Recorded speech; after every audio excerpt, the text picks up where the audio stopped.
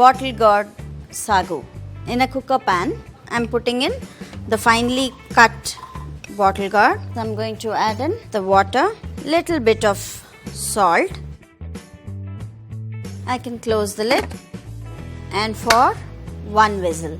By the time the vegetable is ready, I am going to add in the ingredients to grind: fried gram, grated coconut, clove, green chilies, cinnamon, peppercorns, garlic and little coriander. Little bit of water. I am going to grind this.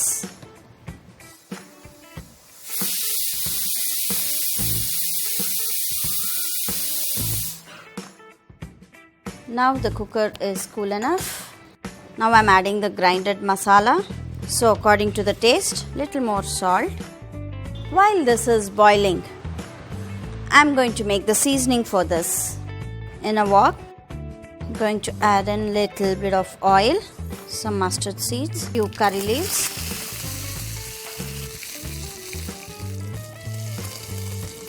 and some lime juice. I'll just simmer this for a couple of minutes and switch it off. Now our sagu is ready to serve. For more recipes, like and subscribe SPL Foods.